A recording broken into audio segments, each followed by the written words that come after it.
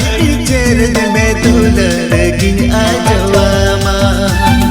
भवित गुदन enum जुरिया जुरिया चालो इतिन सरम होया भवित गुदन अमिन जूरी में है चालो इतिन